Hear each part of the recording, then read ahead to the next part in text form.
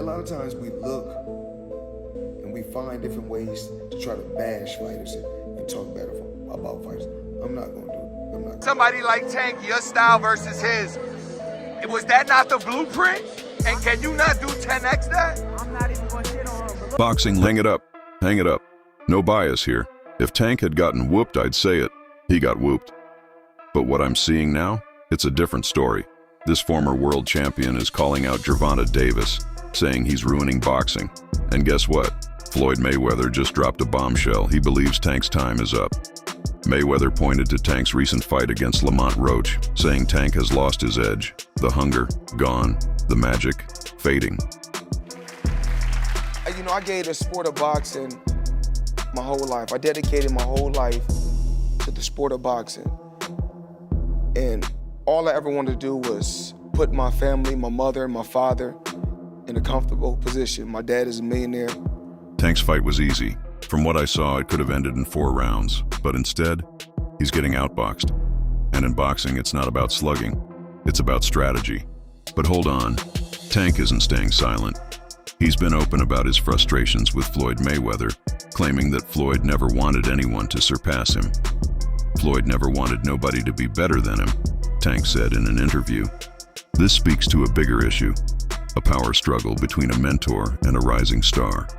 When does mentorship turn into control? And when does success become a threat? Tank says that he's going to retire at the end of next year. Do you think he has one foot out the door? Yeah, for sure. I think that was a mistake for him to say that, especially in front of me. So, you know, I'm going to just take advantage of him and show him why he shouldn't have said that or why he shouldn't be contemplating that. Even former world champion Paulie Malignaggi weighed in, criticizing Tank for ruining boxing. He argues that boxing is losing its competitive spirit, becoming more about business than legacy. Tank has all the talent in the world, but he's not taking the best fights. He's just cycling through the same champions. That's not progress. That's killing the sport. There's a growing belief that Floyd might actually be jealous of Tank. Think about it. Floyd built Tank's career. But what happens when the student starts outshining the master? You don't put a fighter like Tank in a position to lose, one analyst said. You make sure he wins every fight to grow the brand. But instead, Floyd saw Tank's potential and started pulling back. And when Tank finally tried to break free from Mayweather Promotions, suddenly he was called disloyal. Reaction to Tank retiring? He's retiring? That's what he said. Nah, he's not retiring. It's a lot of big fights to be made out there, and Tank knows that. I don't think he's gonna retire, with a lot of unfinished business. What do you make of the Tank versus Roach fight? Do you think it's a fight that Tank should have at this point of his career? No comment. What do you make of a Tank? I'm on Roach.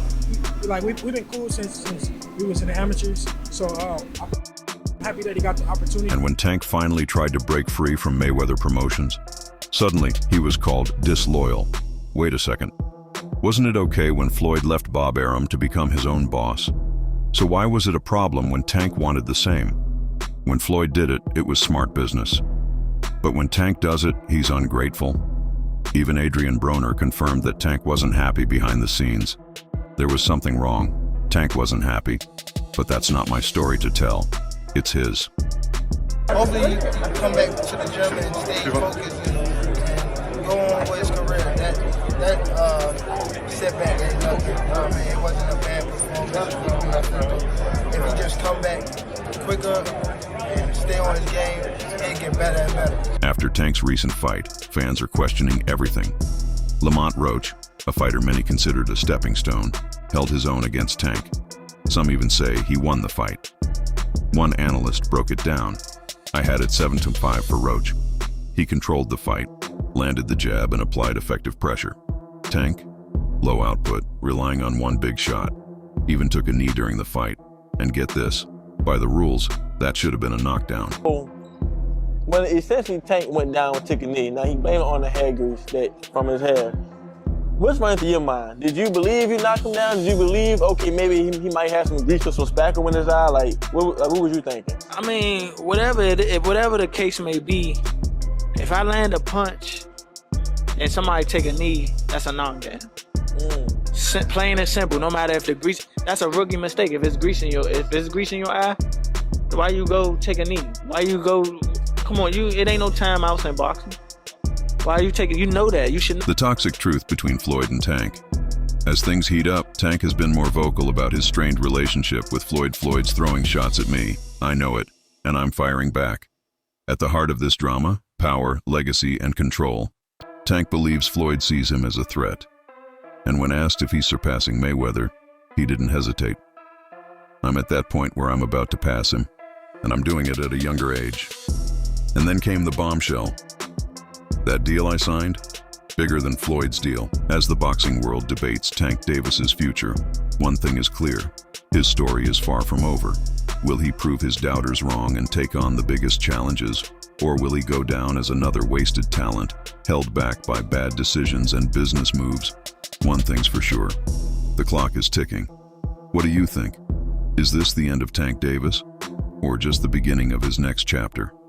Let me know in the comments.